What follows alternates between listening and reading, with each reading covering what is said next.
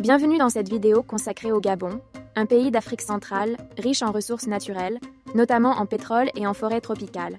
Petite nation de près de 2,4 millions d'habitants en 2022, comment le Gabon peut-il utiliser ses richesses naturelles pour un développement durable et équitable?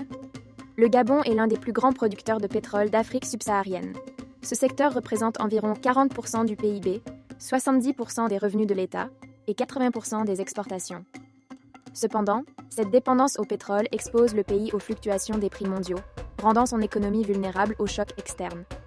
Bien que le pétrole ait permis au Gabon de maintenir un revenu par habitant relativement élevé par rapport à ses voisins, cette richesse n'a pas toujours été synonyme de développement durable pour l'ensemble de la population.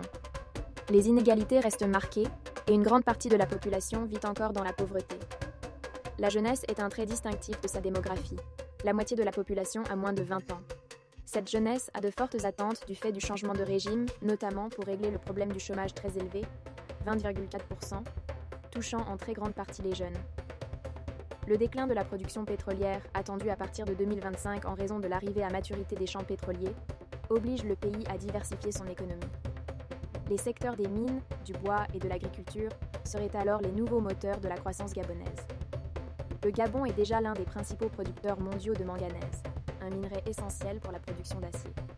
De plus, ces vastes forêts couvrent environ 85% du territoire, faisant du Gabon un acteur clé dans la lutte contre le changement climatique grâce à ses initiatives de conservation forestière.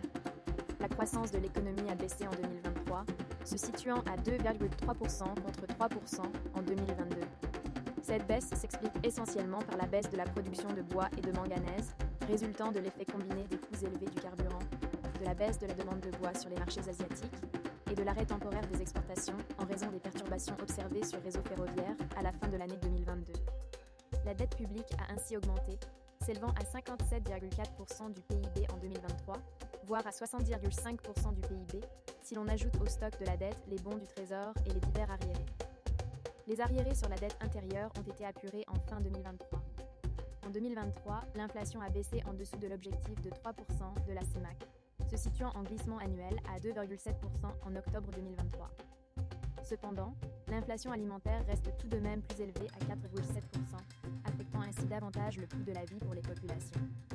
Une stratégie d'industrialisation permettrait au pays d'augmenter ses revenus, de créer des emplois durables pour les jeunes et réduire sa dépendance aux fluctuations des prix mondiaux.